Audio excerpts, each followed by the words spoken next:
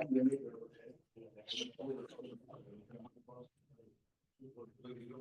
many different dimensions.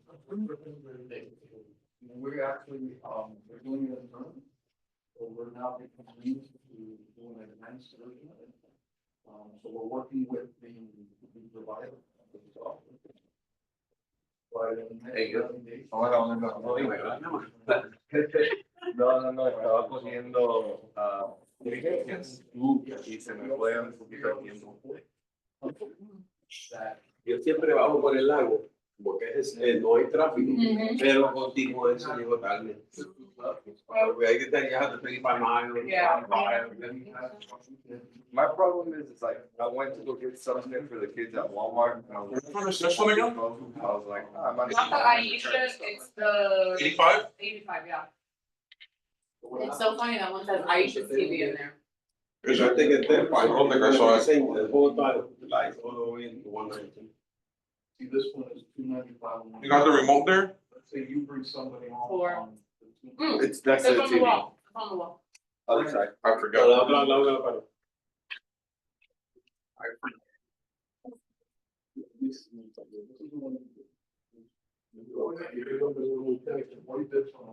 There you go. You just have to be connected to the Wi-Fi, the main one. Okay. Good. There's so connecting out there. I just don't see it. Everything's good right now. This thing closed, thankfully. Congrats. Thank you, man. I gotta go pick up that paper. Right now, it's hard to post listings. It's a buyer's market. Yeah, that's true. And on top of that, we're competing with new construction. Yeah. Yes, and they got so many good incentives and helping with closing costs.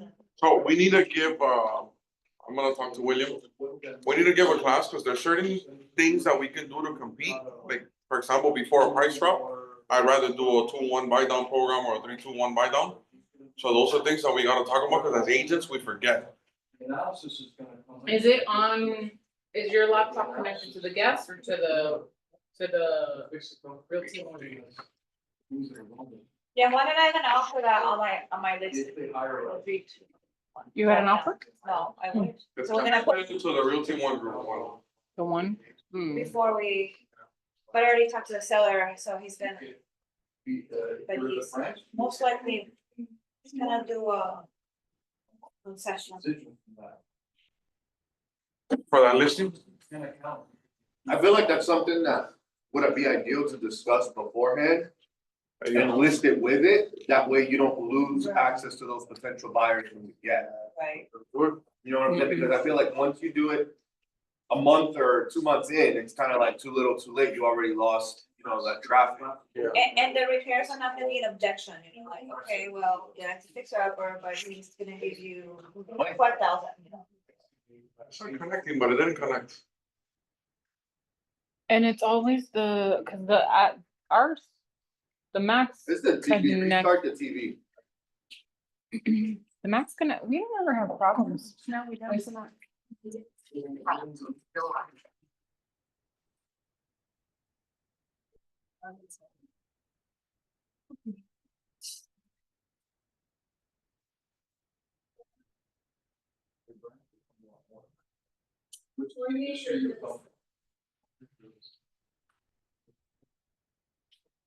Starting again.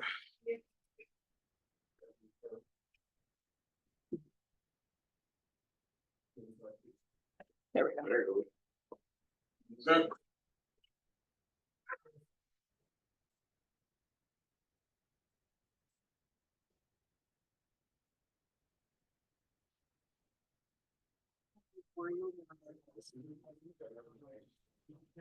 All right, so we're starting, we're good.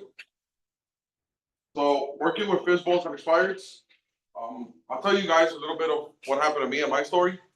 When I first started in this business, I ended up getting Rookie of the Year at the company I was working for. I started at KW and then moved on to a company called Minor Ruiz.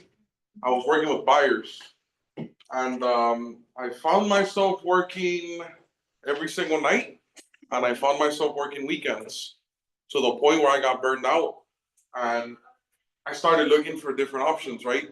And of course, the first thing we all do, we start Googling or we start looking at YouTube to see, hey, what are top producers doing? I happened to come across the guy who ended up becoming my coach, Brandon Mulrennan, and he was closing 125 deals a year. He was the #1 agent in Detroit, Michigan. He had just come out of Jeff Glover's program, and he was his top producer. So as I'm looking at the videos, I'm like, damn, what is this guy doing? How come he doesn't work weekends? So at that point, I took a risk. The program at that moment was costing like $4,000. And I was like, you know what? I have 6 months reserves. I just got rookie of the year. I know that if anything goes bad with this program, I still have buyers to fall back on. That's my bread and butter. I already know it, even though I hate working nights. I jumped in on it. First thing he asked me, what percentage of your closings are listings? I said, look, pretty much 0. If I happen to get a listing, it's because my buyer needs to sell a property and needs that money to purchase, right? The next question, are you using a CRM? My answer, I don't even know what that is. Because to me, I write everything down in a notebook, and I have a notebook with 25 pages, and I don't even know where to start, right? And every time that I remembered, I would call a client, oh yeah, I'm following up. Then the third thing, how often are you home on weekends? I'm like, I'm never home on weekends. I'm either going to open houses or I'm going to showings. He goes, well, if you listen to me, you're not going to work nights and weekends anymore. And you're going to notice that your ratio of listings to buyers is going to be about 80-20. That year, I finished with 62 transactions, 34.5 million in sales. The only thing that was off about what he told me, it was about 60-40 listings to buyers, right? Because I already had great experience with buyers. But imagine, I would jump from 9 million in sales to 34.5 in 1 year, just by changing to this here. And you guys are gonna see it's not easy. It's definitely not easy, but it's easier than you working every night, every weekend, dealing with buyers that are working with 5 agents at the same time in the same company and everything. We've always had the BBA. That's not new. The whole thing with NAR, we've already had BBAs a long time ago. But again, how difficult is it to get someone to commit to your buyer, right? We're still going through that struggle now. With a listing, you do all the hard work up front, and they're committed for a year. And they're not working with anyone else. And I'm gonna teach you guys, you'll notice that I put on day of appointment, I put contract exclusive brokerage. I'm even gonna explain to you guys a different contract that I'm pretty sure none of you have heard of or have never used in listings. So this is basically just telling you who needs it. All right, so this was a stat for 2021. FSBOs accounted for 10% of home sales in 2021. The typical FSBO home sold for 225 compared to with an agent at 330. Those numbers are much, much higher now. In Miami, for example, FSBO 600, agent is about 650. That's a single family home in Miami right now. Methods FSBO used to sell their property, friends and relatives, yard signs, social networking sites, and flat fee listers. We've all dealt with flat fee listers. They don't do anything. The only thing they do is put your property up, they charge you a fee, they don't negotiate, they don't show your property, they don't protect you from a really good buyer agent that's gonna come and destroy you on inspection, appraisal, and addendums and timelines. So you're pretty much on your own. All you did was pay to post up some pictures, right? The other thing is yard signs. How limited are they if they're not even on a main street, right? All they have is a for sale by owner sign. They're not really gonna sell. That's why you see it only accounted for 10%. So 90% of for sale by owners end up listing with someone. So when you get that objection or when you see no realtors, nice and big in cap letters, don't believe it. Because I can guarantee you, even now the number's even higher. Now that rates are up and that properties are lasting more in the market, it's probably about 97% agents are selling. Because they don't know the process that we go through. All right. Daily tips to be more efficient. I'm gonna send you guys a picture when I get back to Miami. But organize your prospect station, practice your script for 15 minutes. If you guys have that Redix link that I sent you, when you go to Redix, they also have a phone number you can call and you can role play with someone from Redix. What we do in the office, we role play with each other, right? And take it serious. think of all the objections that people give you on the phone. What I like to do at the beginning, what my coach always told me was, you're not always gonna handle it right. Anything that you got stuck on, write it down. Tomorrow, we're gonna role play that objection that you couldn't handle, right? So that's what we did. So role play is definitely gonna help you. Record yourself and listen. Listen to what you need to improve on. Do not end your session on a bad call. That I can tell you guys, that's a big one. If, for example, your last session, you couldn't handle an objection, don't end it that way. I'd rather you cut your session early, but end it on a good call, whether it's that you put them in the CRM or you got an appointment. I'd rather you end it right there. But like, you never want to leave that sour taste in your mouth with that last call being bad. Track your contacts, leads, and appointments. If we can measure it, then we can control it. The reason I tell you guys this, I've been, I want to say about 150 agents already. I've been their mentor. I can tell just off of looking at numbers where you're struggling, right? So for example, Aisha might have 100 calls, 0 appointments. What does that tell me? Something's bad on your phone call. Mitch might have 100 calls, 50 appointments, but no listings. Your presentation's bad, right? So based off of where I see that you're struggling, that's how I know, okay, Mitch, we got to work on your calls because you're not getting in appointments, you know? So that's why we track our numbers. I've always said if we can track it, we can pretty much control it. All right. So I can control how many calls I can make a day.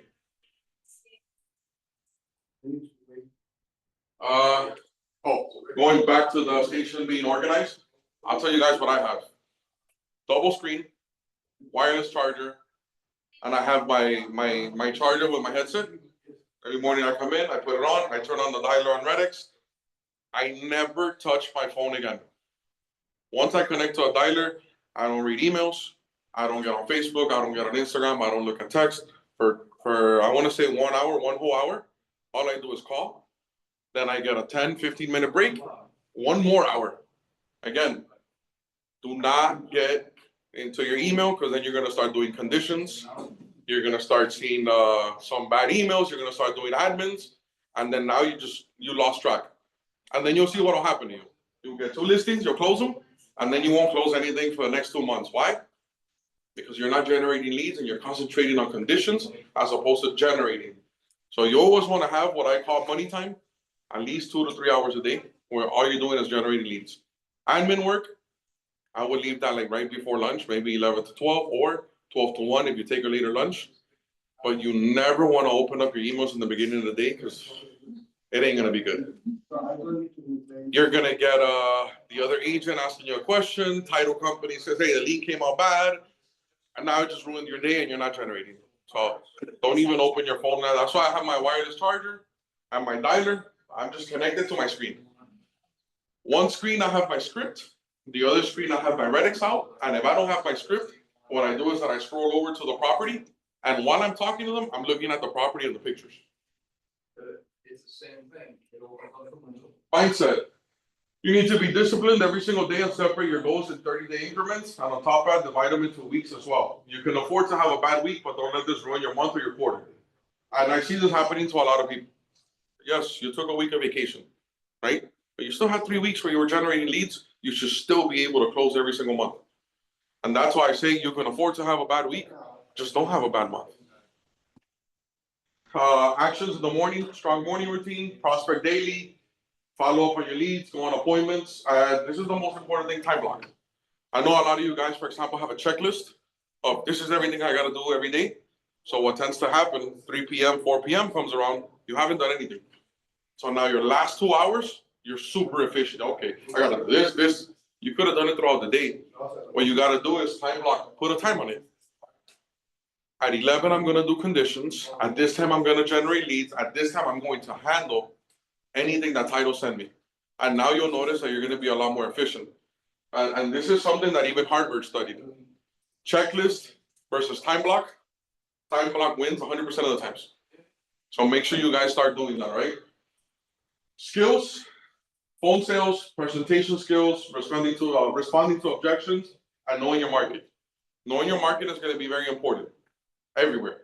Whether it's new construction, whether it's working for sale by owners, I can pretty much call anyone in Miami, and based off of their address or their community, I already know what the house is gonna sell for.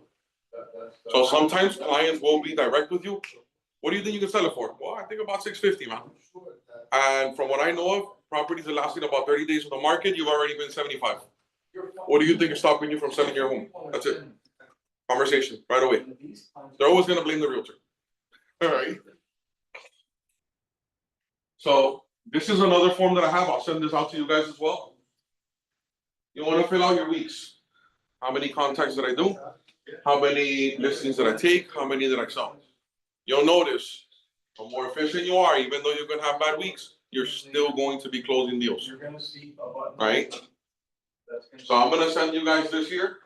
I always did weeks, and then I filled out the month, and then we ended up filling out the year. And before you know it, you've met all your goals just because you're following it weekly. So your goals, I know everybody does their goals for the year. I do it every 30 days.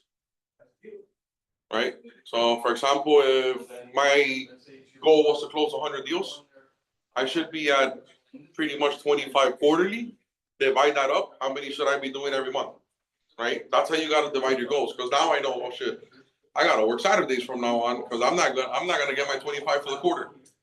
Or you know what? I can afford to take a vacation. I'm at 35. Because you also need a break. You will burn yourself out.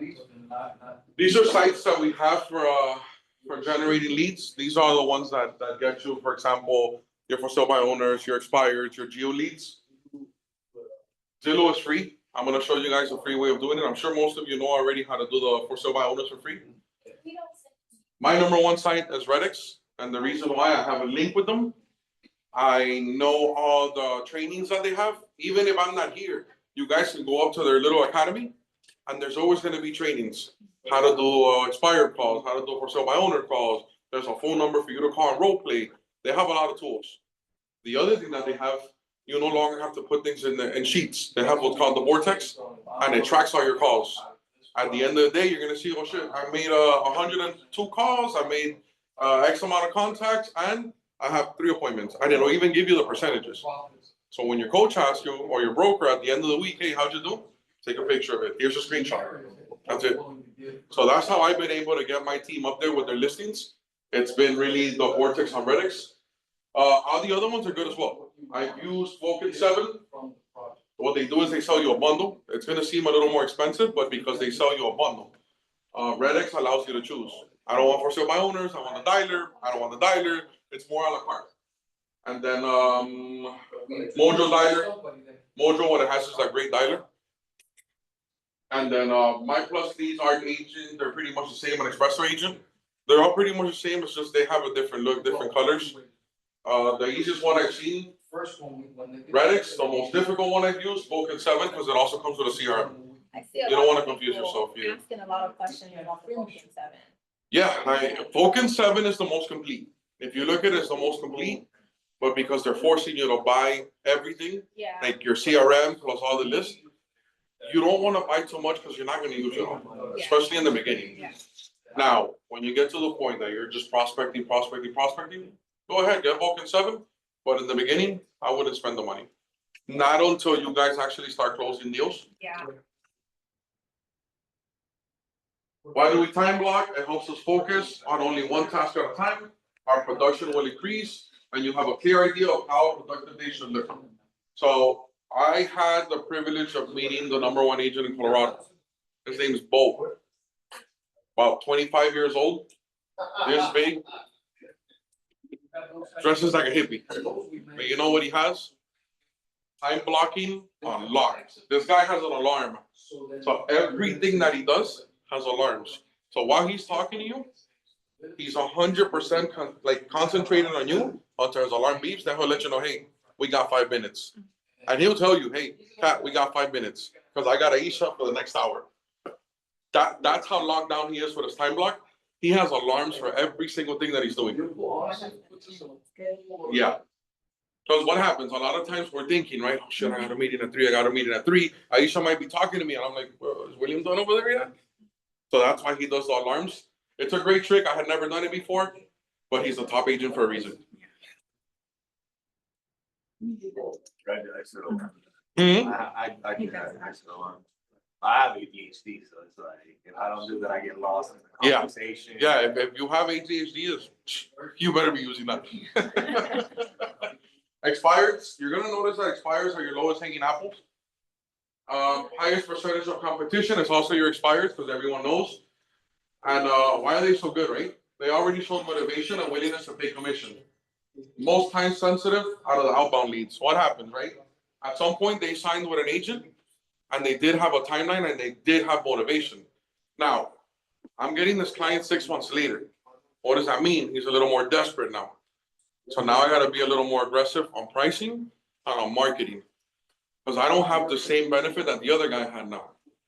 If he's relocating because of his job, I need to be super aggressive with him, right? So you'll notice that the main thing with every single lead, find their motivation.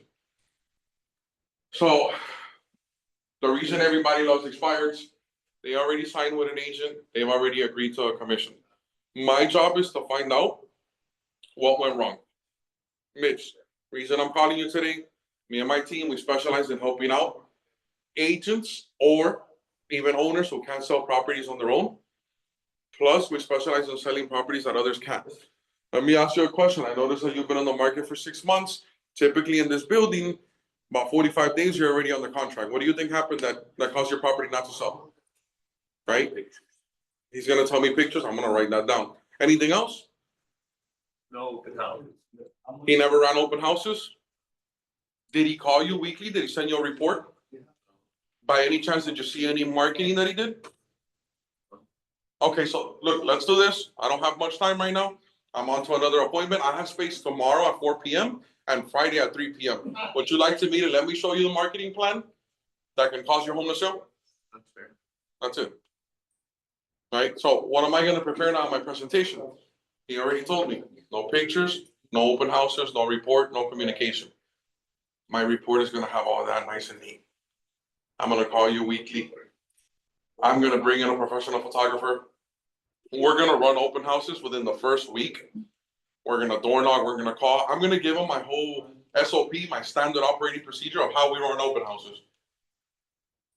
That's it. I'm gonna kill it. Not only that, he might have signed that listing at 4%. I'm gonna sign it at 6%. Because I'm gonna show him, because he went with a discount broker, that's why they gave him that job. Because he didn't have enough money to market your property. But I am, because we're gonna do it right. Discount brokers get discount results. And that's exactly what I call them, discount brokers. Like all your declines. Here's this is the basic script. This is the most basic script. So hi. I think it was Napoleon Hill. What's the one word that everyone likes? Their favorite word. Your name. So I like to sound confused. When I call you, hello, Mitch. That's how I start my call. Hello, Mitch. I sound confused and everything.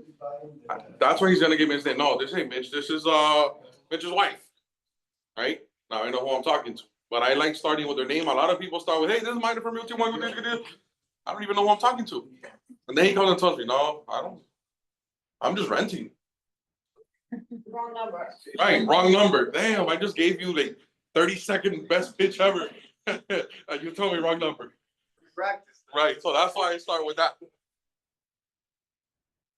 This is your name. I'm a local realtor. I'm not sure now's the right time, but I was hoping to tell you why I was calling. Then you can decide if we should continue or not. Fair enough? I like to ask them questions. Great. I'm calling about the home for sale on Main Street that came off the market. Did you end up accepting an offer? I was curious. Are you still considering offers on the property if it made sense? Yeah. Okay, great. I was hoping to stop by one day this week to preview the home before getting to work. Are you able to show me the home quickly tomorrow afternoon, or would Thursday evening be better? Again, why do we schedule it on our time? Why do I not ask them, hey, what's the best time for you? Because they don't know. They're gonna be confused and then you open up the door for them to be like, oh, I don't know, call me back. Yeah, They'll find an excuse not to schedule it with you. right. For me, I have two reasons why I don't let them do it, right? Number one, I don't want to work nights and weekends. Number two, you give yourself value. I'm not open to you all day. I got 3 p.m., I got 5 p.m. Which one do you want, right? When you go to the doctor, you don't set the appointment whenever you want. What do they tell you? Aisha, we got Thursday at 3 p.m. and then we got Saturday of next week. Which one do you want? In your head, you're already thinking, shit, they're busy. Yeah. I want them to think the same thing about me. I'm not open all day. I'm really not. I'm gonna give you 2 time slots. If we don't work on that, all right, I don't see motivation really. Walmart ain't even open all day anymore. Exactly. Not even Walmart does it now. So that's the reason why I wanna set up my times. I wanna work on my schedule. I wanna be home by 7 p.m. and I'm gonna give myself value. All right, so again, I'll plan on stopping by 4 p.m. and if anything changes, I'll let you know. Then you'll notice everything on the board starts, which I'll go through that as well. Expired, right? Make questions to ask an expired. What was your original plan? Or again, we're getting to motivation, right? I don't want to be pitching to them when I don't even know if they really need to move out. Aisha, tell me a little bit about your property. Why were you selling it in the first place? Because I don't like my neighbors. You don't like your neighbors? Do you have a specific timeline on where or when you want to move? As soon as possible. Okay, wow, that sounds crazy there. It's that bad, huh? Right? It's that bad with your neighbors, huh? And then for you, 100% motivation. I'm going. Right? I'm setting up that appointment. She already told me. Right. There's some people are like, yeah, I changed my mind, this and that. And then that's when I go back to my question. If we can still get you that price, would you still be interested in selling? Mitch, if I can get you the price you had your property listed for, would you still sell it at this moment? Absolutely. That now we're back. Now we're discussing his house again. Forget his objection. Forget his, you know what, yeah, I thought about it. I'm not gonna sell it. Listen, Mitch, I see you had it at 300,000. If I can find you someone at 300,000, would you sell it? That's it. Well, no. And be confident. All right? Now, what if you know for a fact that that property is overpriced? Would you still use that line? Yes. And I'll tell you why. I don't handle commission and I don't handle price over the phone. Right? So we're not going to discuss the price of your home, even though sometimes I already know the prices. If you're overpriced, I'm not going to tell you you're overpriced. Tell you what, Mitch, let's meet tomorrow at 4 p.m. I'm going to run a full report. If the price makes sense, we'll work together. Sound fair? That's it. I'm in. I already know it's not going to sell for 300,000. I'm going to try to convince him for 270, but I want to get his motivation. All right? And at that point, I'm going to give him such a good presentation that he's going to be like, you know what? I wish my other agent would have told me that 300,000 is too high. What do you think was the main reason why your property didn't sell? Again, I want to know what exactly I'm going to target in my presentation. So all the questions have a meaning.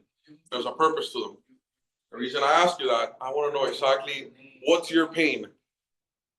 I need to move because my husband's getting relocated military. I just got a job opportunity. My kid is going to college. Listen, I'm going to poke at that. If you don't give me an appointment the first week, I'm calling you back the second week. Hey, Aisha, semester's about to start.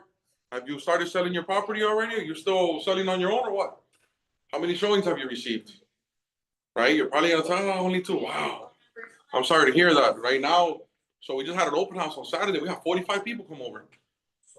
Right? I'm poking. Hey, hell yeah, I'm lying.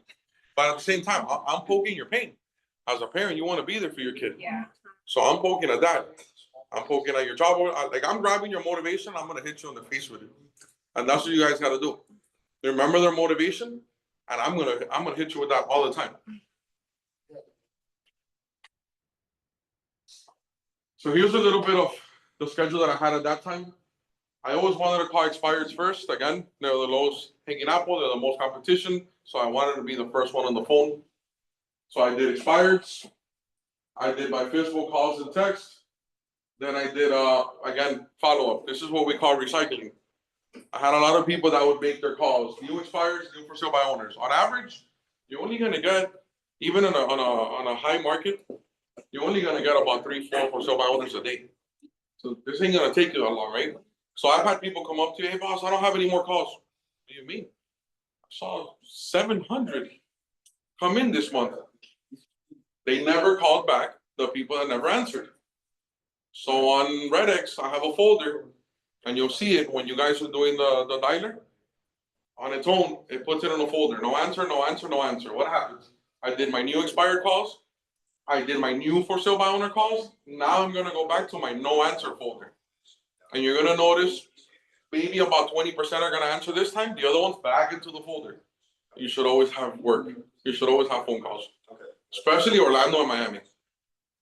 Then with the expired, are you checking, or with even for sale by owner, like the ones that didn't answer, are you checking to see if they relisted with somebody, or you just letting the dialer run? If they're for sale by owner, do I check if they're listed? No, I don't care. I want you to tell me as an owner. And same thing with expired. I want you to tell me, hey, you know what, I relisted. And then at that point, I delete you. So my coach says there's 2 reasons why you stop calling someone. Number 1, they relisted. Number 2, they died. That's it. That's the only reason you stop calling them. Oh, this is Mitch. Then you'll notice I have other things like 1 to 4 p.m. That's my presentations. By, let's say, for the latest 4:30, I should be wrapping up my last presentation. I should be home with my family by 5:30, 6 p.m. All right. Most common objections, and you guys are gonna hear this all the time. Do you have a buyer?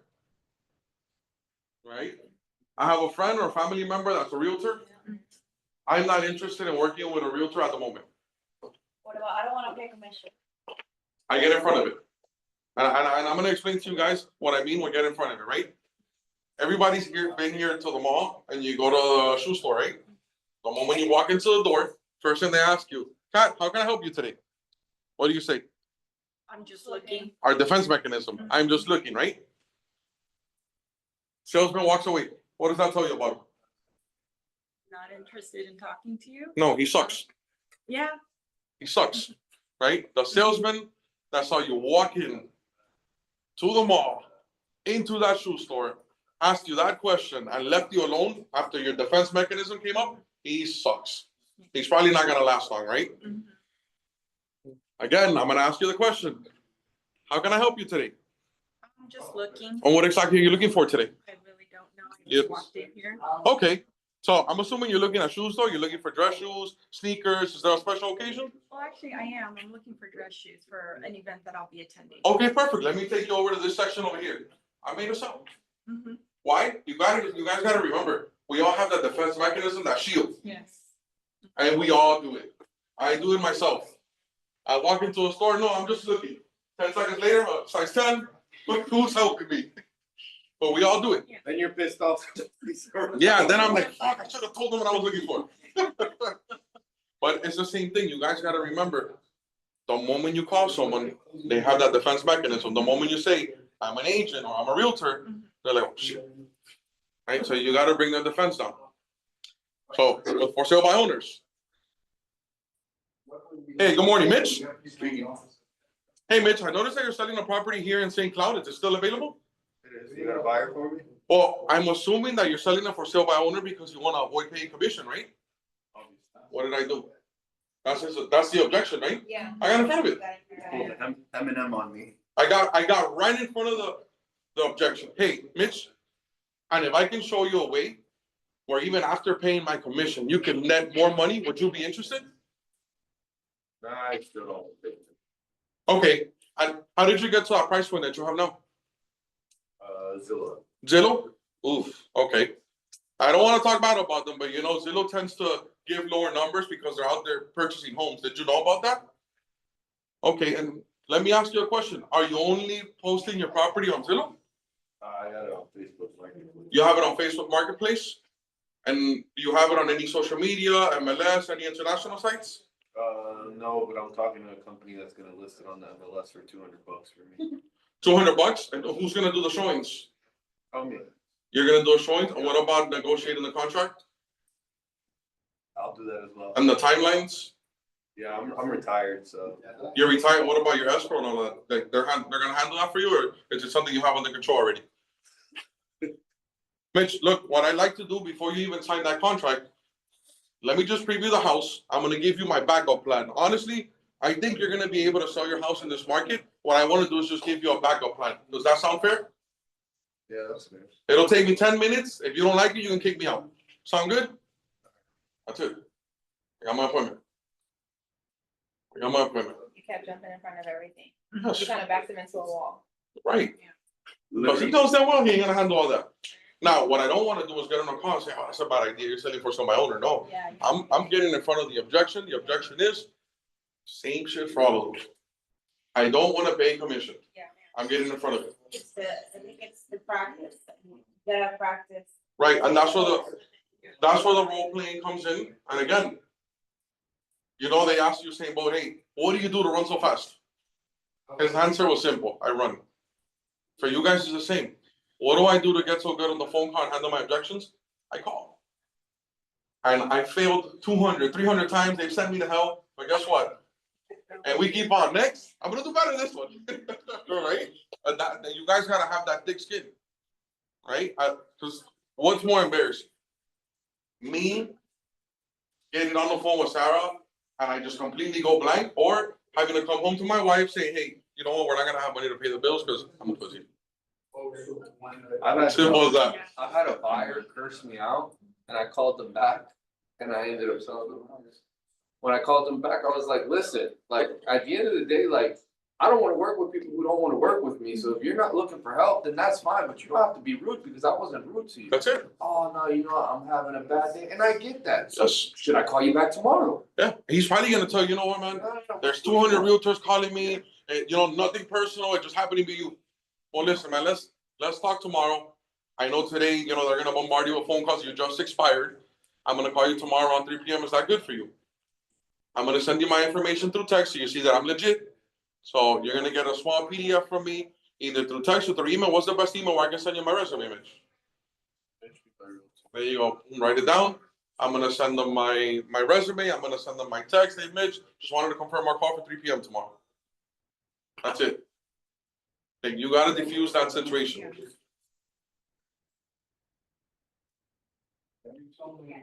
Now, this is something that you guys are gonna learn. These are called agreement words, right? I'm handling an objection, I'm handling a question. You know what? That's a great question. That makes sense. For example, I'm assuming that you're selling the house on your own because you want to save on commission. He's gonna tell me yes. Oh, you know what? That makes sense. If I were in your shoes, I would do the same thing. Now I continue with my pitch. Definitely. I understand you, absolutely. What you don't want to do is right away start the call negative, because now it's a discussion back and forth. I want to agree and I want to pivot. Just like boxers, agree, pivot. Do you have a buyer? You know what? That's a great question. I'm sure you're getting called by every realtor in town. I'm not gonna lie to you and say that I have a buyer for your house. What I'm doing is previewing the properties that are for sale in the area.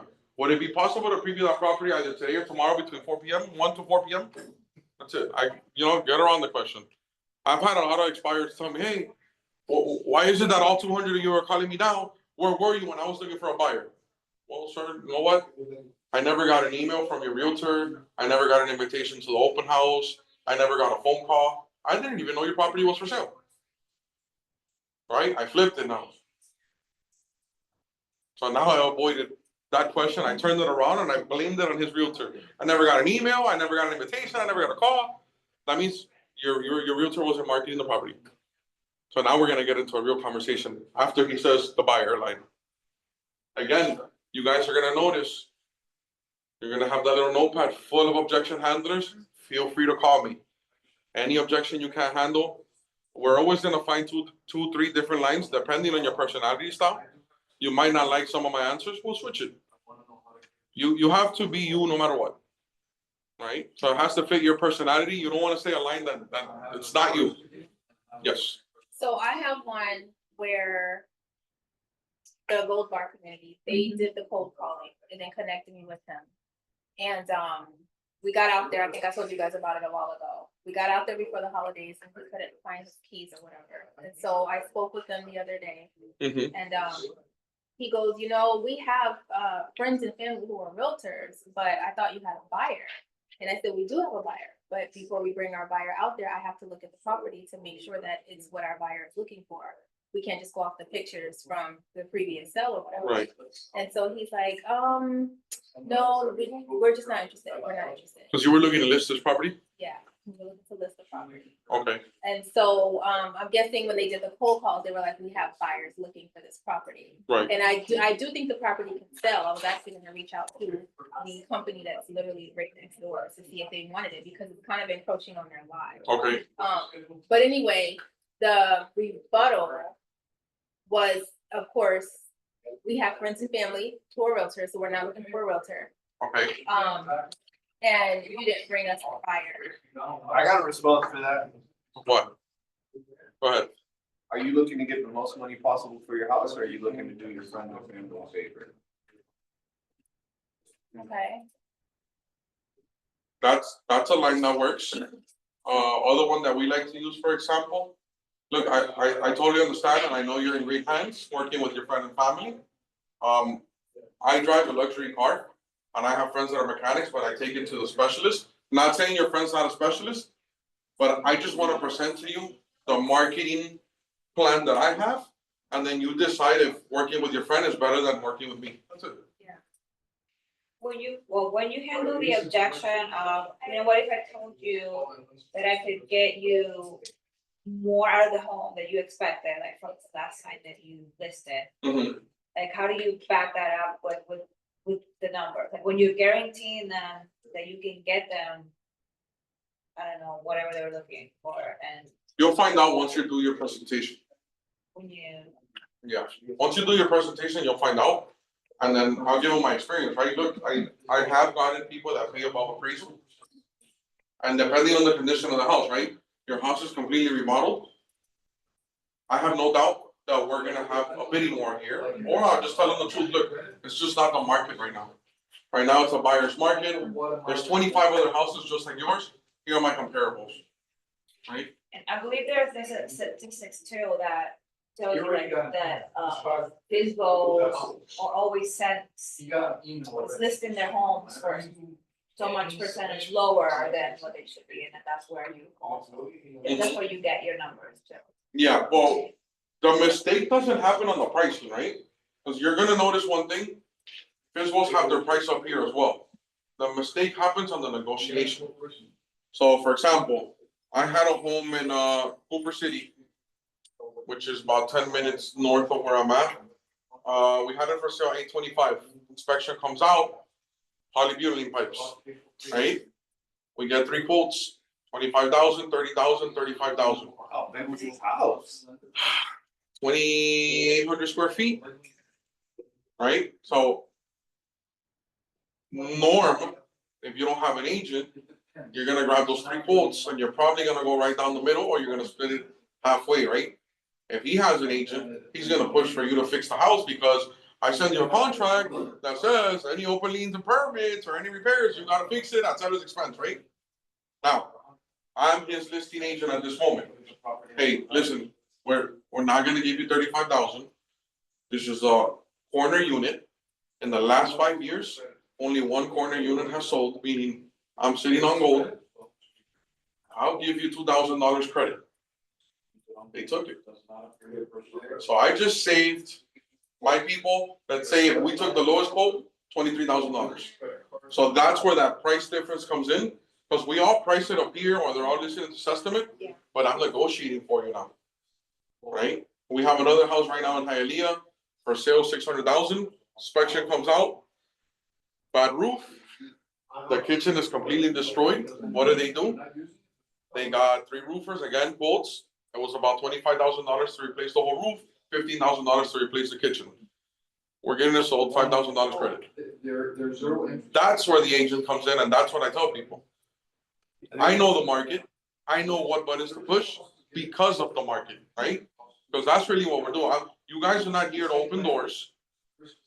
You guys are not here, for example, to find out all the best churches around here or the best schools. There's a system that does that for you. Here's the property detail flyer the moment that they come in, and I just let them walk the house, right? What do I know?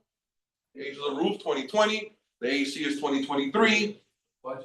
I'm talking to them about facts that you're not gonna see in a showing, right? My job is to sell the property. Guys, this is the biggest lot in the community. You'll notice there's 180 properties. Only about 3 of these go for sale. So you guys better jump on this. I usually do, I open the door and I'm like, yeah, I'm gonna let you guys walk around, I'm gonna do my own personal inspection, I'm by no means a licensed inspector, but if I can save you $300 in doing an inspection, I think I did a part of my job, so agree. Yeah, just make sure when you guys are walking through, what I like to do is stay on the hallway. I like to stay on the hallway and I'm building a conversation, right? Because the other agent doesn't know it, but they're probably gonna tell me some things about what they're looking for. They might tell me, "Oh, the kitchen, I didn't like it." That's another. Hey Mitch, I noticed that your client, when they walk by the kitchen, they really didn't like it. You think they'll send an offer, or you think they're gonna keep looking for something with a more remodeled kitchen? Right? What if I give you $10,000 credit, they can do the kitchen to their taste, is that something that'll sound good to them? Now Mitch is gonna go back, because he also wants them to send an offer, hey, I got your $10,000 credit. He didn't negotiate shit with me, I did it with him. Yeah, I looked at his client's reaction when they saw the kitchen, they didn't like it, bitch. I'm gonna get you $10,000 credit, then you get a brand new kitchen, man, to their taste, they're gonna get quartz, whatever color they want. What do you think about that? You're definitely gonna go back to your buyer and you're gonna sell this home to them. They might be short money, and I don't know it, but I'm offering you money to make up for that bad experience that they had in the kitchen. That's why I like to be in the hallways, because I wanna see their faces as they're looking at rooms. No, I don't follow them around. Yeah, I get it, yeah. Like, for example, most places have 2 rooms, 1 bathroom in the middle. I'll stay out. Yeah. Let them just crisscross. And, you know, like, I'm just looking at their faces and I'm trying to find the decision maker. For the most part, it's gonna be the woman. But you'll notice that the guy tends to pick the backyards or the side lot. Like, if it's a 0 lot, maybe he has a boat. Women tend to look at bathrooms, floors, and kitchen. So you wanna pay attention to who's the decision maker and any bad faces. It could be an AC. I can get you a brand new AC for $3,500. We are not gonna lose a deal for an AC. And we're not gonna lose a deal for a bad bathroom. My husband was about to sign on the ugliest house because of the backyard. There you go. Like, absolutely not. What I was gonna say. And the house might have been ugly, right? What was ugly about it? There was no natural lighting. I love windows. Right. There was no windows in the living area except for the back patio window. Right. That was it. And I was Right. like, it's too dark. And he was like, oh my God, but look at the backyard. Absolutely not. Are we gonna live in the backyard? Right. But then those are even things that you can manage, right? Like, I walked into houses where it's windows, but I've noticed, because you know the community, in other houses, they've opened up French doors. Now you're kind of playing with that. But, you know, like, a good agent is definitely gonna pay attention to you in your face and say, you know what? I don't think she liked that it was a little closed up. I'll start talking about removing walls. If you take this wall out and this wall out, I'm remodeling with you. I was gonna say, like, as a listing agent, also something that I feel like we don't take into consideration is being careful with the information that we tell the buyer's agent. Yes. Like, on the contract I have right now, the listing agent was like, oh, well, I'm splitting this with somebody else, this was a referral. They're already under contract, I just want to find you 3%. He's like, oh man, I'm not even making that. I was like, all right, well, that's your problem. He's like, yeah, then at one point he was like, oh, they're under contract on another property. I was like, oh, you fucked it up. I got you. Why would you say that? I got you. No, how would you say that? But now I know you got that contingency on the purchase of your property, Yep. or the purchase of the new property. Yeah. Now I got you, but now I know you got a timeline. Yeah, Because now you gotta go back and tell the other agent, hey, they canceled on us. I'll call him for you. Let him know that you let the deal fall apart because of a $2,000 repair on the driveway. Exactly. So here's one, friends and family, right? That makes sense.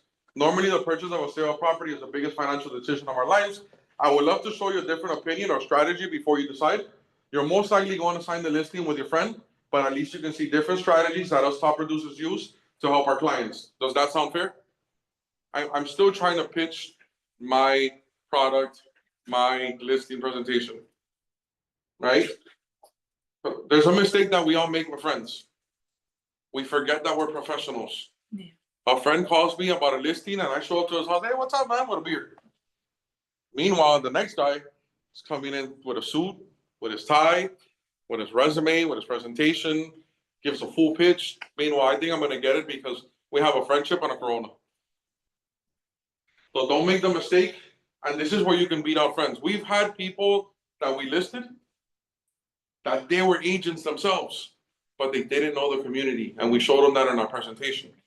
And you guys are gonna see the way that I do the CMA. I do what's called the CMA one-line report, right? I get what's active, I get what's pending, I get your days on the market. I know everything about that community. I know how many units are here. Like, you wanna be the specialist in that area, and you'll notice, like, the client straight up, he was a realtor. He goes, you know what, man? I'm just gonna pay your commission because I don't wanna make a mistake. And then my wife is gonna bitch at me for the rest of our life. That's what he told me, just like that. I go, look, I'm gonna take care of you. What I'm gonna do is I'm gonna give you a referral fee because you are licensed. I'm gonna give you 30%. You know, you're a fellow agent of mine. I just want to help you out. That's it. I got 2 more referrals out of this deal in that same community that he sent me. I had a client that she bought from me. She got her license and she was trying to sell her house. And she called me, and within 2 weeks, I sold her house for her. Yeah. It was just like, Mitch, I tried, I can't do it. You guys got to remember the numbers. You guys got to remember the numbers, and this is why I want you guys to look in your Stellar, look in your MLS, look at stats every single month, every week. I want you to look at your stats. You're gonna notice 15 to 20% of the agents are doing 90% of the production. So you guys don't want to assume that every agent is like you. They're not. We're not the same. We are not the same. I'm gonna teach you guys things where you guys are gonna be part of that top 15, top 20%, but you guys need to implement it. Because I can sit here and talk till I get red.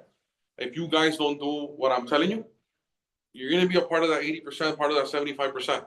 Trust me, it's a little thing like a resume. Only 10% of agents have resumes. Damn, I know people that go to Dunkin' Donuts, people that go to McDonald's, and they're dropping off resumes, right? I'm selling your $1 million home. I'm selling your most expensive asset, and I don't have a resume? How bad does that look? How many here have a resume? 1, 2? Better work on that. Gotcha, my 22 years, I don't have a resume. Why not? And I was trying to pump the other one because I need it. You know what that tells me? You're not a listing agent. Well, no, I'm not listening. You're right. It tells me that you work referrals and you work buyers. Yeah. That's what that tells me. Yeah. I know my listing agents. That's my business. Yes. 100% like that. The powers in the listings. I know my listing agents. They have resumes. They have suits. They got nice shoes. They got everything. Other than that, you're either working with buyers, resale, new construction, or your personality is so great that you have referrals. Hey, more power to you. But no matter what market I'm in, I want to be on the listing side. And you guys see, I don't know if you guys saw my story. We had 3 agents in the top 13 in D.R. Horton in South Florida.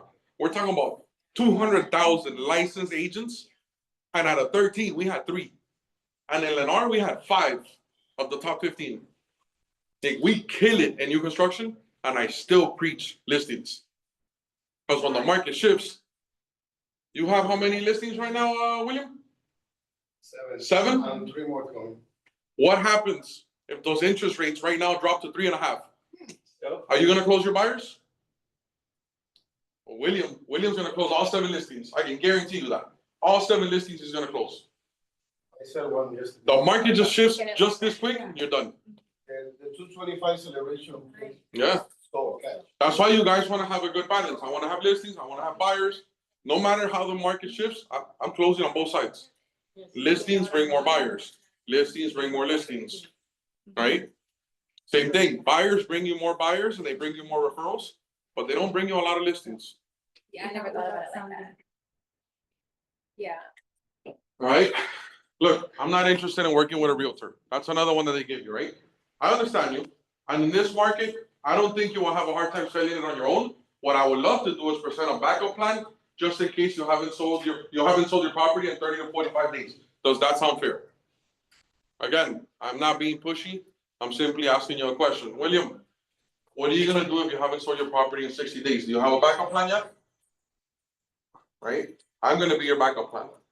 William, let's do this. I wanna meet with you tomorrow at 3 p.m. All I need is 10 minutes of your time. You can kick me out right after I'm done, buddy. That's it. I haven't put up a shield. I haven't been pushy. At no point did I tell him I'm gonna sign a listing, nothing, right? I just want them to understand the information. Why don't people buy your product? So they don't know, they don't understand, they don't know. There's two reasons, exactly. One, they don't understand your product, Mhm. and number two, they don't need your product. Right? But he's selling his house, he definitely needs my service. But you guys gotta think, in my phone call, in my presentation, my phone call is to set an appointment. I'm not trying to sign a listing. My presentation, all I wanna do is get in front of you and make sure you understand my presentation, right? I'm not trying to sign a listing the whole time. I'm trying to show you that I'm different than everyone else. I have a marketing plan, I have a checklist, I have a resume, I have a different contract than everyone else. And you guys will notice that I'm gonna show you that. I have a different contract that allows a for sale by owner to sell his property on his own while I'm still selling it and I have the listing. Because you guys know when you sign an exclusive listing agreement, they can't sell it on their own. Whether they sell it or not, they still gotta pay you, right? I'm giving them a contract that says, if you find the buyer, you only gotta pay me 1%. I'll be a transaction coordinator for you. Who do you think is gonna sell it first? You. Exactly, that's why I don't care. I don't care. Because you know what happens? He's gonna have a little for sale by owner sign. I'm gonna come and put my big ass sign with a post. He's gonna post it on Zillow. Once I put it on the MLS, you know what happens to that Zillow ad of his? Excuse me, MLS is here. Now he has no ad on Zillow. Who's gonna sell it first? So you guys gotta believe in yourself. That's why I can bet on that. I can bet, I can show you my contract, and I'm confident that I'm gonna sell it before you at a higher price. Have you ever had a seller sell their own house? Yeah. And I got paid $10,000 as a transaction coordinator. But guess what? One thing that he said, I would have never signed it if you would have never presented that contract to me. Because you had exactly what I'm looking for. As a TC, you covered all my timelines and you made sure that the other agent didn't abuse of me. I got $10,000 at 1%. I would have never been in that deal. And that's the way you guys gotta see it sometimes. I would have never been in that deal had I not had that contract. I'll take $10,000 any day. Why are scripts important? You'll have consistent results to get straight to the point and not let the conversation deviate from real estate. Once you master your script, it will be hard to allow clients to deviate us from our purpose.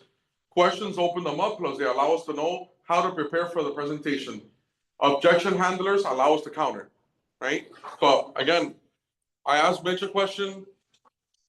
Mitch said it himself, he has ADHD. He starts talking to me about the military and Stephanie's cooking and this and that. I'm gonna ask him a question, and now our conversation is back to real estate. That's why questions are very important. You don't have to go follow the script line by line, but you do gotta try to find the why, the when, and the where. Right? Why is he selling? Where is he going? And by when does he need to sell? That I do need to answer. That's why the questions help us out. This is for sale by owner. Good morning, again, owner's name. My name is Minor Ruiz, I'm a local realtor. I don't even tell them what company I'm from. Either I'm a local realtor or I'm an agent that specializes in the area. That's my line. They don't care that I'm from Realty One Group. They don't care that I'm from EXP, the biggest company, and they're looking at you like, so what? They don't care. Yeah. When I first started, I was at a no-name company, independent brokers called My Realty. Hey, this is Minor Ruiz from My Realty. The what? What company? And where you guys at? That was my question. I'm like, damn, I don't want to handle these objections. So then I said, you know what? The hell with it.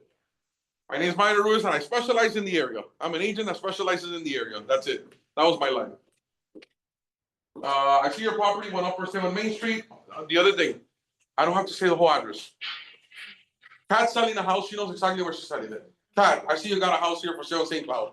That's it. I don't need to tell her the address. She's just sitting there like, okay. Are you an agent? No, thank you. Straight to the point. Perfect. I respect it. And if I were in your shoes, again, perfect. An agreement word, right? And if I were in your shoes, I would try the same strategy. I was curious, are you willing to work with an agent who brings you a qualified buyer? Again, I want to know if Kat's even halfway on this, right? Kat, are you paying an agent that brings you a qualified buyer? Yes, I'm paying 3%. Now I just got the other 3% to negotiate with her, the listing, right? But I already know Kat's paying the buyer agent.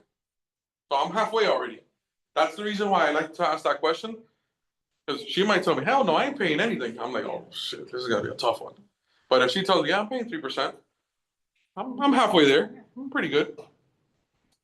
I was curious, are you willing to work on it? Okay, great. I would love to pass by and preview the property either today or tomorrow from 1 to 4 p.m. What time works best for you? I gave you the range, right? Okay, can I please have your email so I can send you the invite for our appointment plus my resume? One last question before I let you go. Would you be offended if I brought some information and tips to selling your property and a plan, just in case you haven't sold in the next 45 days? You wouldn't be offended, right? That's why I asked it that way. Would you be offended if I brought you some information, backup plan? No. You're gonna tell me, no, I wouldn't be offended. By all means. Exactly. So what happened? I created an expectation. You already know that, yes, I'm gonna tour your property. Yes, I'm not coming with a buyer. And yes, I'm gonna present something to you. Yeah. Because you already gave me permission, you're not offended.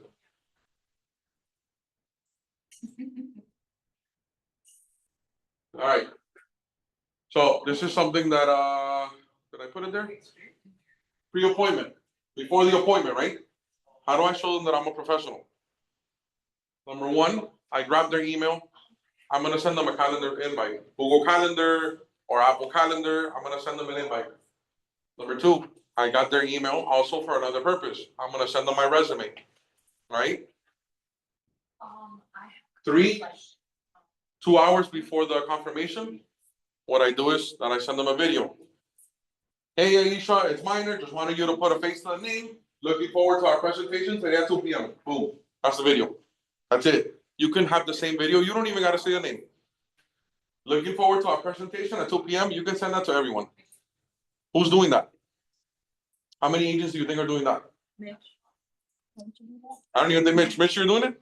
Good. Now, add to MLS. You guys have one suite. If I already got all their information, I'm gonna give them a market report. So that's why it says add to MLS email. Really, in our case, add to one suite. The same thing that Zillow does to us and does to clients. So what I'm gonna do is I'm gonna grab your zip code, your community, and I'm gonna put you on a market report. Before I even got to your house, you got a market report, right? And then this one, scratch that one off. You're not gonna do the thank you card until the day after, and I'm gonna explain to you why. In the past, what we were doing, we were sending the card right after we send the video. What happens is that some people tend to cancel, right? So now I send you a thank you card and I never even saw you. So. Thank you for canceling. Exactly. So what we did is we moved the thank you card to after the presentation. So now I have another reason to talk to you. Hey Mitch, I was driving by the area. I know that we met yesterday. By the way, it was a pleasure meeting you. Just wanted to stop by real quick and drop something off. It's a black and gold thank you card and a scratch off, a $1 scratch off. That's it. Now I'm having another conversation with Mitch. For example, if Mitch told me, hey, you know what, I gotta talk to my wife, I gotta talk to Stephanie, I'm gonna think it over. Hey, by the way, Mitch, did you get a chance to talk to your wife? Yeah, okay, here you go, buddy, just call me later. Right, if he was really interested, he's gonna tell me, yeah, you know what, we're ready to sign. Come in tomorrow, me and my wife will sign, that's it. Now, day of appointment, I know everyone's scared of doing this part, calling and confirming, because we're scared that they're gonna cancel, right? I'll tell you another thing that happened to me. I was just showing up to an empty house because I didn't confirm. Yeah, what happens when a client doesn't want to work with you? He ghosts you. What happens when a client doesn't live in the property and doesn't want to show up to the appointment? He just won't show up. So I'm calling and I'm confirming. Hey, Sarah, I'm gonna see you there at 5 p.m., correct? I'm confirming that she's gonna be there at 5 p.m. Now, what to bring? If you already sent your resume, I'm still gonna bring it. The reason why, most people are not gonna read it. Yeah.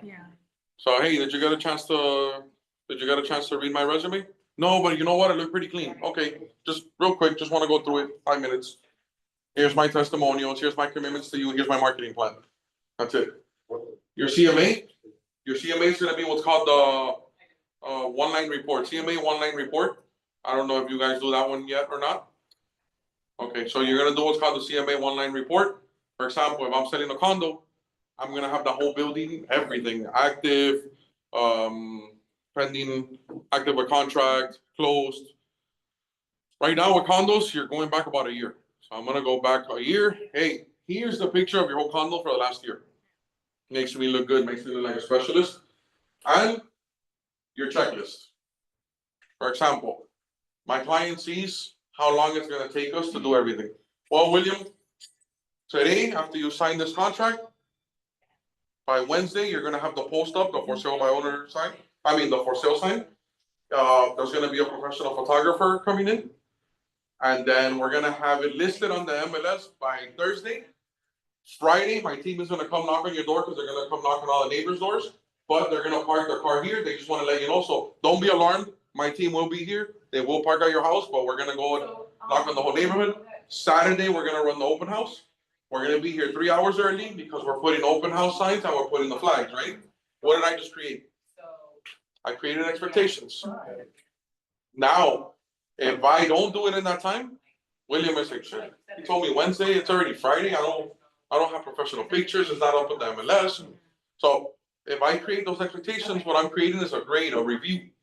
And I leave that with him. Look, William, do me a favor, as you see us doing it, remember, I'm not gonna be here, I have a whole team, just check it out for me. If for whatever reason, the post gets delayed or the photographer doesn't call you, give me a call, I'll handle it.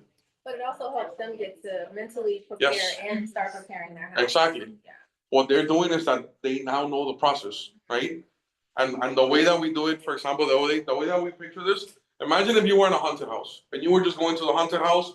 Every time they scare you, you're gonna get scared because you don't know what's happening, right? Now, if I'm walking in front of you and I go, Pat, be careful, there's a clown on this one, there's gonna be somebody coming from the top here, this guy's gonna scream at you, are you still gonna get scared? No. You're not. Same thing with a client. The only reason that a client calls you 45 times, he doesn't know the process. Yeah. Hey, Mitch, how we looking, man? The appraisal? They haven't called me. What's going on? Every single day. Where's the appraisal? Where's the appraisal, Mitch? Hey, listen, man. We just went through the inspection. I negotiated. It's gonna take us about 3 days. It's an underwriting right now at the bank. I just send it to Juan. Once Juan calls you, the appraisal should be over the next day. It's gonna take about 2 days for him to send us the report. We should have it by Wednesday, right? We'll speak on Wednesday again, once we get the report. Mitch is not gonna call me anymore, or the client's not gonna call me anymore. Why? I explained to him the process. Hey, we'll reconnect on Wednesday. I set the expectation again. Now we know, he's gonna call me Wednesday at 8 AM, don't get me wrong. Wednesday, 8 AM, he's calling me, but I avoided all the other days. All right? It's you know this agent that they used to do the checklist, and when the client would sign, they would bring their magnet, like their business card magnet, and they would put it on their refrigerator. Yeah, that works. It's a good marketing. The last thing, and I learned this from the hard way as well, bring your contracts. You're not going to put commission. You're not going to put your pricing. You're going to put the legal description. You're going to highlight where the initials and signatures go, but you're not gonna put pricing or commission. I'm gonna discuss that at the presentation. I'll tell you what happened to me when I first started. I didn't believe in myself. I didn't think it was gonna work that fast. My first listing in the program, I got it about second, third week. I didn't know what the hell I was doing, right? I do the whole presentation, everything went good. They're like, okay, we're ready to sign. I'm like, oh shit. So let's do this. I'm gonna go back to my office. I'm gonna fill out the contract. I'm gonna send it to you e-sign, or would you rather me come and sign it in person? Oh yeah, come sign it in person. Go back to the office, holla ass, 45 minutes later, hey, by the way, I'm about to leave, so we can sign this contract. Hey, you know what, never mind. We signed with the guy that came right after you. You told us this. I told you guys, right? That's what happened to me. That's why I take my contract everywhere now. Yeah. Always be ready. And I let the client know, listen, this is not for you to sign a listing right now. I simply want to explain it to you. Yeah. Once you understand it, you're gonna feel a lot better. Watch, this isn't the same contract everybody gives you, and it's not. So I print it out, I send it to them before so they can review, and most of the, like a lot of elderly clients, which I seem to be getting lately. They still wanna print out and they want me to review it Of course they again do. at the listing, which Yes. is perfectly fine, I keep it blank like Yeah. you said, and then I have my computer. And I Yes. say, are you comfortable with me sending an e-sign? Or do you want me to Sign it fill right there. everything out and then you still sign it wet sign? Yeah, But sign it after we right there. explain it, they're like, oh no, e-sign is good, you can send it over, and I'll send it while I'm there, I've been sending it while I'm there. Yeah. If you're going to e-sign, do not leave that house. Yeah, You sign that right there. You do not wanna sign it and like leave. I like the idea of just, at least even if it's just for the contract, just to have the wet sign on the contract. Okay. I like signing them in person. Sorry. Cause like, if I already got you hot, then damn, we gotta sign this right here. No. Now, I'm gonna show you, this is the script Brandon setting an appointment. I like Brandon, I watch a lot of his videos, I have all of his scripts too. Unless he's updated it. Has he updated his scripts in the last 2 years? We change them every now and then. But it's about the same thing. I won't you skip. She's responsible for what is accurate or not. You wanna skip now? Other agents. So I'm gonna show you guys a sample call from Brandon. What I'm gonna start doing is I'm gonna start recording my calls through Zoom. And I'll send it to you guys whenever I set the appointment. All right? I had some before and my computer crashed, I never saved it. So I gotta start re-recording now. That's why you gotta get an Apple, bro. Kids. Stays in the iCloud, man. That's before I knew about Google. Oh, what's going on? Do it.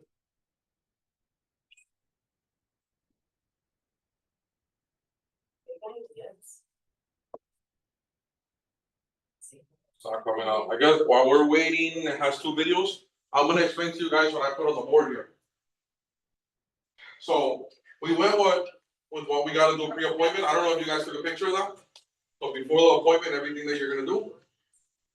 I did the day of the appointment what you're gonna bring. I'm gonna show you guys also this contract, the exclusive brokerage. For sure, yeah. And then after you make that phone call, after you set that appointment, if they don't sign, this is gonna be your key. I'm telling you right now, 70 to 80% of your listings are gonna be signed in this period right here.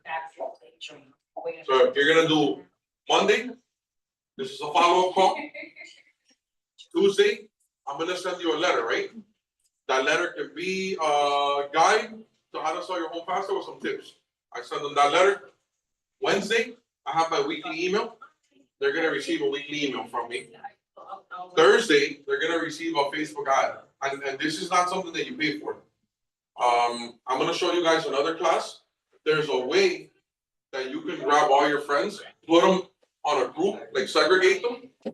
And now you can put all your buyers and sellers in 2 different groups. So now, for example, if I'm William, I don't wanna send out a new construction video to everyone. Like if I have sellers, I wanna send them tips. Hey, this is a common mistake that sellers make, blah, blah, blah, blah. Send them a video. You can only send it to that group. So I'm gonna give you guys another class on how to work Facebook, because you can definitely work groups and it works good. Yeah. You'll see, you're gonna be segregating your people, buyers, sellers, and then everyone else, friends. Yes. When you mean Mondays to call, I got a question. It have to be in the morning or in the afternoon? Doesn't matter. Like to do it in the Doesn't matter. afternoon, people they got out of the job. Every Monday. Yeah. And then Yeah, you but can also send in me. the afternoon is better because a lot of people get out of the job or whatever. I don't know if in the morning or. So I use I use a CRM, right? So what you wanna do for people that don't answer, shift it. I called you in the morning, you didn't answer, now I'm gonna call you in the afternoon, you didn't answer, I'm gonna call you in the evening. So you gotta remember, I can't just call you 7 times, all in the morning. So I call morning, afternoon, evening. Cause there's some people that work the night shift. Right? The letter, And then Friday, what I do is that I send them a text. Los lunes tengo una rutina y empiezo a las 10. Los que no me contestan, me llamo por la tarde. Tú dices para follow, para seguimiento. Okay. Yeah, esto es el seguimiento. So normally for me, it's 11 a.m. Normalmente para mí es 11 de la mañana. Porque yo lo primero que hago es expirado y segundo brinco a los first bounders, los nuevos. Después seguimiento y de ahí voy cambiando las listas. A year back expired, 30 days back expired, 30 days back for my owner. Right? Pero este es el seguimiento, this is the follow. And so what I get, 2 semanas. Cuando yo le doy 2 semanas de seguimiento, ellos mismos me llaman, hey, Minor, you know what, pasa por aquí, vamos a firmar. Pues les di 2 semanas de esto. Imagine I touch you 10 times. Hey, I know you're having an open house. I just wanna wish you luck. Remember, these are the tips. And I actually give them tips. Make sure the house is smelling good, put some instrumental music, make sure the counters are clean, right? I call them back on Monday. Hey, Sarah, how did the open house go? That's your follow-up call, right? Tuesday, there's gonna be letters. Typically, 95% of the buyers out there work with an agent. If you wanna be protected, get an agent that represents you. Now, you just got a letter from me that said that. So you had a bad open house because you didn't market it anywhere except for Zillow. I'm sending you a letter as to 95% of the buyers out there working with an agent, protect yourself. And then you're getting an email from me.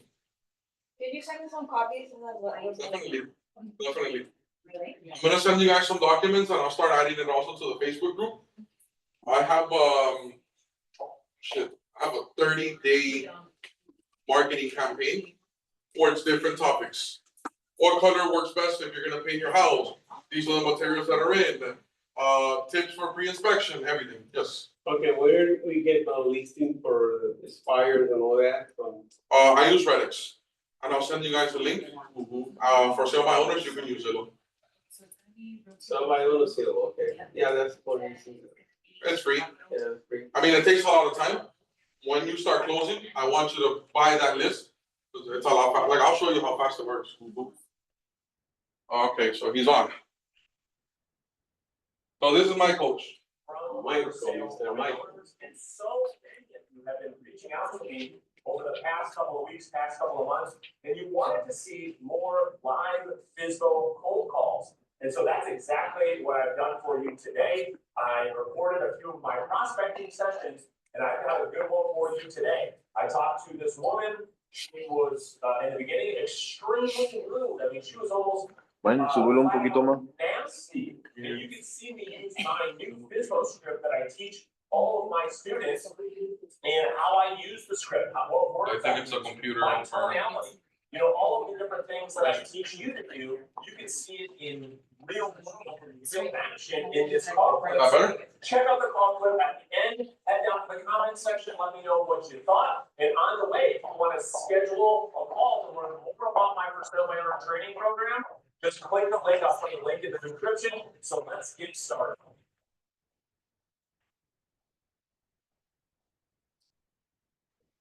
Hey, Donna. Donna, this is Brandon. I'm a local realtor. How are you?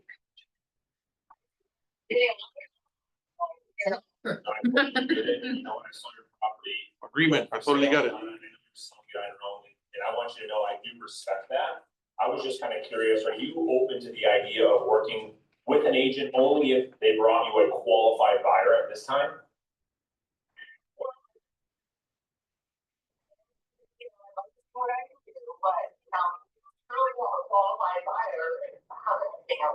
Yeah, fair enough. And so let me ask you, I mean, I love kind of where you're at right there, downtown Rochester. I mean, what's the plan? Where are you off to when this property sells? Where and when? I mean, with the way the market is right now in downtown Rochester, you probably will have no issues getting your property sold. But Or green? in the event for some off chance you do struggle, a month goes by, 2 months goes by, and you can't sell the property on your own, would you consider at that point looking at interviewing agents to help you get the property sold for the highest price? Yeah, I think at that point I'll probably reach out. Backup plan.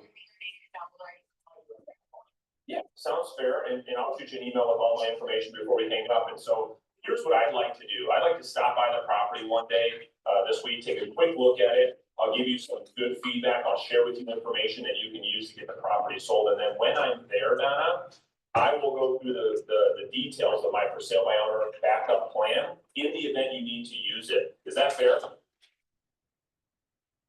Yeah, it's fair, but like I said, I'm a little hesitant because I'm just going on the market. I've got a lot of calls coming in, and I don't know that I'm ready to take it all. No, I know it, and I completely respect that. And so I guess my recommendation is this. I mean, let's not agree to do anything at this point in time. What I'd like to do is kind of share with you feedback from the market in real time, so that as you're going through this journey on your own, you have information that will cause you to make great decisions. And in the the off off chance that you can't sell this property on your own, you have something to fall back on. I mean, is that fair? And be honest. Well, yeah, because I haven't heard anybody offer me market information. I think that's real tangible information that I could use about. So I guess I would be interested in talking to you. Yeah, and again, let's not agree to do anything at this point. I'll stop by one day. We'll be together for 20 to 30 minutes. I'll share with you the information, what's going on with the market. I'll share with you the details of my for sale by owner backup plan, and then Donna, you can decide what makes the most sense moving forward. Fair enough? Yeah, well, I want to stay in control of the situation. That's She wants to stay in control. I'll send you just a quick Hi. email with my full resume, Donna. What's the best email for you typically? Okay. Got it. Okay, perfect. So let's do this. I've got Thursday, or Friday, late afternoon, early evening. Which day works better for you? Friday, actually. Friday, okay. So I'm gonna put you on right on my schedule between 3 and 4 o'clock. I'll be at your home. If for some reason something changes, I will let you know. Does that sound fair? Also about 5:30. Can we make that close to the day? Yeah, that's fine. Yep, no problem. I'll tentatively get you on my calendar for like right around 6 o'clock, and if we have to change that, we can change that. Sound fair? Okay, Awesome. Thanks, Donna. Have a great day. thank you. So you guys saw everything that we talked about? He did. He agreed. He pivoted. He set the schedule based on his timing. She was still resistant. He showed her, hey, you're going to be in control the whole time. And he even gave her value. So when I explained it to you guys, I broke it down little by little. But when you perfected, you saw how good he did it. He did everything we just talked about without even thinking about it. You guys are gonna get to that point as well. You guys are gonna get so good that you're not even gonna notice that you just went through the whole process. Because he just did everything we talked about. In one call, of what, maybe 3 minutes?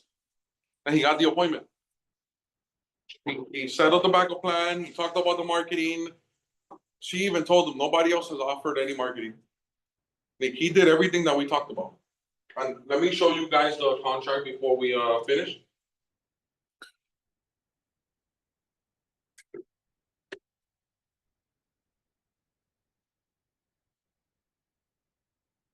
Minor, I have a question. So when you go on this appointment, are you actively trying to close them then? Or are you just kind of going in based off of what you explained to them? Like, how does that appointment look like for you? I want them to understand my process and my backup plan, right? Like we talked about the products. There's only 2 reasons why people don't buy your product. Either they don't understand how it works, or they just don't need it, right?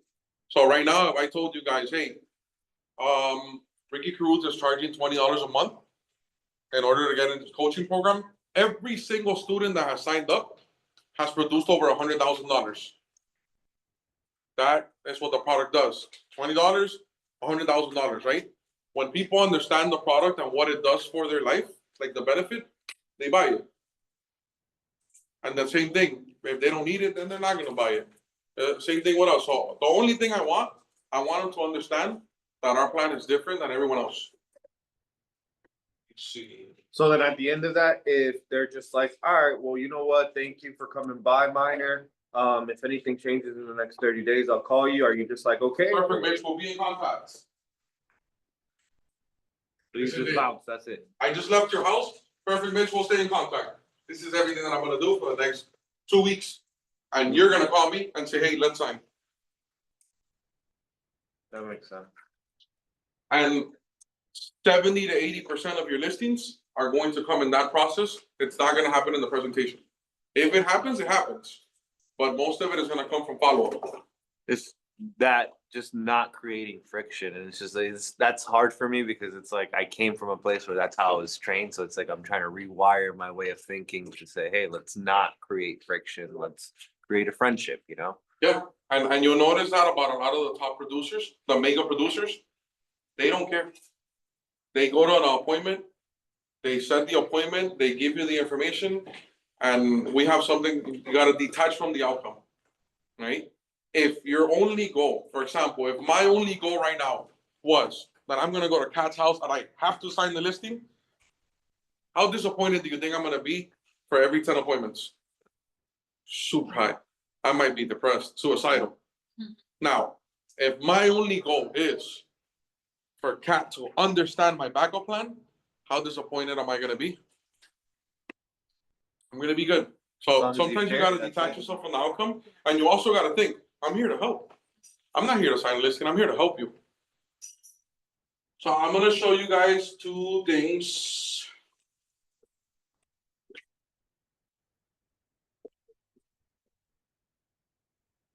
Have any of you ever seen this contract here?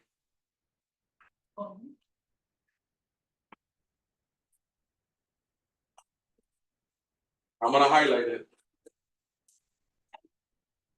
What do you guys see on this contract here? Seller reserves the right to sell the property directly to a buyer without the assistance of any real estate licensee, and if successful, does not owe broker a commission upon full execution of the contract for sale and purchase of the property. All rights and obligations of this agreement will automatically extend through the date of the actual closing of the sales contract. So is my contract the same as everybody else's listing agreement? No, right? Totally different. And what am I telling you, right? William, you can either sign with Mitch, exclusive, whether Mitch works or not, you still gotta pay him 6%, or you can sign with me, you can still sell the property on your own, and if you find the buyer, you don't gotta pay me $1. Who do you think he's gonna sign with? Do you offer a discount if you find a buyer? Yeah, and I'm gonna get to that. That's the second thing that I'm gonna explain to you guys. And I'm gonna tell you the reason why. The reason why I do this, I believe that myself and 200,000 agents can find a buyer before a for sale by owner and it's damn little for sale by owner sign. Absolutely. All right? Yeah. So I believe that we are gonna find a buyer together, which is why I'm confident signing this contract with them. Right? Second thing, which is a great question. So nobody has ever used this contract here? I always use transaction broker. Good. Now you guys got something new, and this is why we're so good at listings as well. We use the tools that we have, that nobody explains, that no other broker explains, because he's never been in production. Because they've probably never been a top producer in their life, so they don't know how to use the tools. I do that in Puerto Rico. Yeah. So like a semi-exclusive contract. And it works for us because the people think that they can sell the house. Yes. But they never do. And you know why they don't explain it here? Because they don't use it. But we can use it. You can definitely use it, it's there. We can do that here. Yeah, but you know why the board doesn't use it? Because the board has people that they pay a salary that are not top producers. If you're in the board, that tells me that you've never been a top producing agent. So you have to take a salary job. It's a good thing when you're competing with them. Of course, hell yeah. That's why I'm confident everywhere I go. I got my resume, I got this contract, and I'm gonna show you what else I have. I prefer to compete with other agents. I love when someone tells me like, oh my God, they didn't show me this. Oh my God, they didn't do this. And I'm like, yeah, can you You know what the good thing is? That you're here now, Realty One Group with us, and you're gonna do everything right. Yeah, Minor, do you mind sending me a copy of your resume? Yeah. Yes. So this is my resume. This is reviews, like testimonials from clients.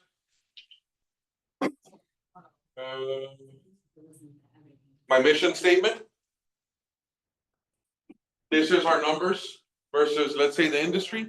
So I use my numbers or the company's numbers versus the industry. This is our commitments to you. I'm telling you, me as an agent, this is everything that I'm going to do for you. We need this presentation. Marketing plan of action, right? I have a whole marketing plan for you. So if I'm coming into your house, again, haunted house, right? And I'm telling you, hey, this is gonna happen, this is gonna happen. Look at the whole process that I'm explaining to you right now. This is me sitting down with you, the seller. Right? Pictures, I'm even taking it that far. I have poor examples, and guess what? Flat fee discount brokers, I bring out their pictures. If I happen to find one, a comp, I'm gonna bring it out. Look, this is what your flat fee listed. Oh, and by the way, Mr. For Sale by Owner, this is your picture here. And what I did is I paid $20 to edit your picture through your phone, and look how it looks. I even staged it for you. The listing process, again, this is what we talked about. How many days it's gonna take me to put up a post, to put it on the MLS, to get professional photography. Until look, so So we have everything, pre-qualify all buyers, offer consultation, coordinate with title company, lender, inspector, everybody, review the final numbers before closing, final walkthrough, you get paid. Now, you asked me a question? What do you see here? Yeah. You find the buyer and I handle the entire transaction. So aside from the contract I gave you, right, the exclusive brokerage, you'll notice that I changed it from 1% to 2%. So what happens? You find the buyer and I handle the entire transaction, you're gonna pay me 2%, right? If someone else brings me that buyer, you're still gonna pay 6%. Now, this is where the discount comes. If I have the buyer, if I'm gonna double in your deal, I'm gonna either do it for 4% or 5%. So I was gonna say, I do. How many agents go into somebody's house and give them that plan? I give you the second one, those when I go there. You give them this option? Not the first one, but the second one and the third. You just do this and this. Yeah. So for example, the $1 million sale that I had, you would have never made those $10,000. Yeah, that's that's good. I made $10,000 just for checking a contract. For being a transaction coordinator that normally gets paid $450, I made $10,000. Well, you can pay the 450 and just. Guess what I did? Yeah. So I usually do. So what I'm doing is that I'm giving my seller a discount when I find the buyer. When they find it. When I find it. You find it? Yeah, if they find it, I'm a transaction coordinator. Yes. So what happens, right? There's a bunch of expireds in Miami that are signing at 4 or 5%. I'm signing at 6. So imagine you have your resume. Only 10% of the agents out there have a resume. You eliminated 90%, right? You have an exclusive brokerage contract. How many more people did you eliminate there? And now you have what's called a flexible commission program. How many more agents did you eliminate right now in a presentation? I'm killing people out there. Minor in Puerto Rico, so we are the brokers and we are flexible with the commission splits. Mhm. So we are the owners. I'm doing something like that. And in January, we take like 70 listings in 30 days. Because you're offering something that nobody else is offering. Listings. Yeah. 6 to 9 months. Yeah. I have a question for you guys. You guys all do predominantly most listings. Like, are you guys getting 6% like regularly? Are you having to go down to 5? Like, what are you guys seeing in 5. terms of commission? I go to 6. Well, I love that. 6. I go You're to getting 6 6 over. Yeah. And I'll tell you why I do 6. Always.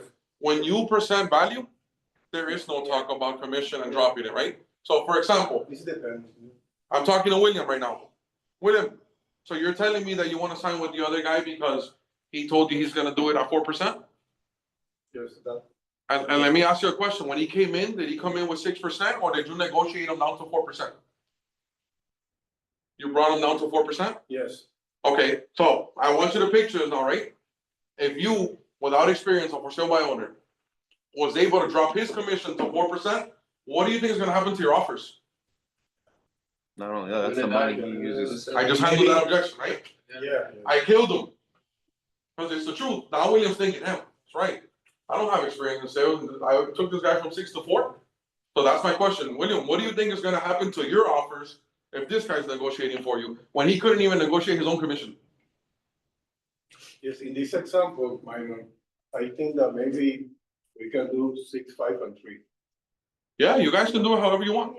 Because Whatever works for 3 you. is 3 is normally for the client to pay that. And it's a great to take. Yeah, and kill it. what I want is you guys to see the different tools that I use to sign deals. You can definitely change these numbers. You can do shit, 1 through 5, whatever pays your bills. I don't tell my agents what to sign their listings at. If 1% pays your bills, shit, sign it at 1. I don't want you to leave the industry. I want you to be successful. I don't know if you like it. Yeah. For example, I'm hired the photographer that you have. He's a Really good, great right? job. I'm using this in Puerto Rico as well. Yeah, So we have a partnership, right? So, it's really good. yeah, so, and also I can share. Right? maybe- Where's my referral fee, bro? You got free pictures on your next listing. I'm gonna call him. I'm gonna be like, hey, listen. Have a great meeting. Professional company. Yeah, very much so. So, maybe we can share the professional pictures with them And if the owners help me to sell the listing, I'm great with 3%. Right, I'm good. with Yeah. that. So I love that. Yep. But with this presentation, don't forget that. I'm gonna send you guys all this info, right? You guys are part of the team now, so I can share with you. I don't share this with other companies.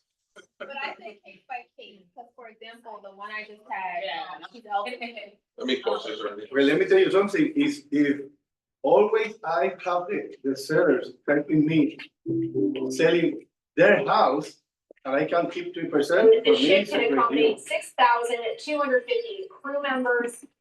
And it costs over $4.5 billion in. You guys have any questions in regards to the FSBOs, expires, anything that you guys didn't really, any struggle you're going through? I had a question. Yeah. I mean, it's more so like advice, I guess, than question. With regards to like, when I do my listing presentation, I've had a lot of luck with presenting it in a little bit of a different way, and I'm just curious on what your thoughts were on it. I usually tell people my fee is 3%. And I'll leave it up to you to decide what you want to pay a buyer's agent. That's because of the new North settlement, you switched it to that, right? I've done it since. You've done it all the time? I've always done it. I always say, I'll leave it up to you. Now, bear in mind, let's just say hypothetically speaking, you went to 2 job interviews. One job interview is offering you $20 an hour. The other one is offering you $15 an hour. It's doing the same job. Right, Which one are you more likely to take? right. They're gonna say the $20. I'm like, okay, so I want you to take that into consideration when you decide what you want to pay commission. You have 6 houses in this neighborhood. And if 2 of them are the same floor plan and they're offering 3% commission to a buyer's agent, although it's against the law, what do you think most agents are gonna do? They're gonna wanna drive their buyers towards that house. Of course. And I leave it there. I don't talk about it again. And when the listing goes live, I tell them, hey, did we come up with a plan for what we're paying, about what our cap is? Because my job is always gonna be to try to bring that down as low as possible, but what is our cap? Yeah, you can definitely do that. I mean, again, I don't tell you guys what you have to sign a listing at. I don't know what your bills are monthly. If it pays your bills, do it. Now, you're gonna notice as you get more experience, you're not negotiating shit with anyone.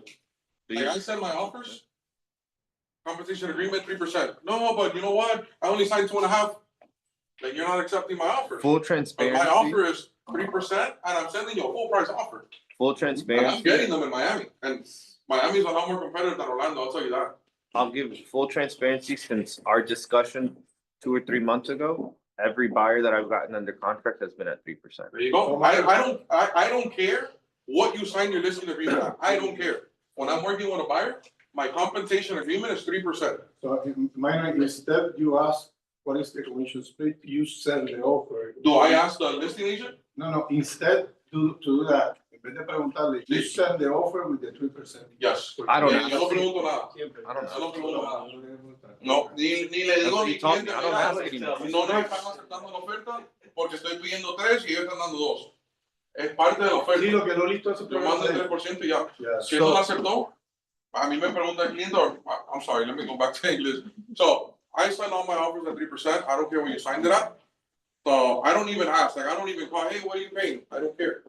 I send my offer at 3%, and when my client asks me, hey, what's going on? No, they haven't accepted our offer yet. That's it. Don't go back and tell your client, no, we're negotiating my commission. Tell your client, say, what the fuck? So don't ever say that. What you have to say is they just haven't accepted our offer. Remember, like William could call me, hey, by the way, we accepted your offer, but we're paying 2% commission, and you haven't accepted anything, William. Go back to your sender. I'm sending you a full price offer at 3%. I see you're on the market for 150 days. Yeah. So I had on my last buyer's contract, they sent me the executed contract with the exception of my commission. And he's like, oh, the sellers accepted your offer.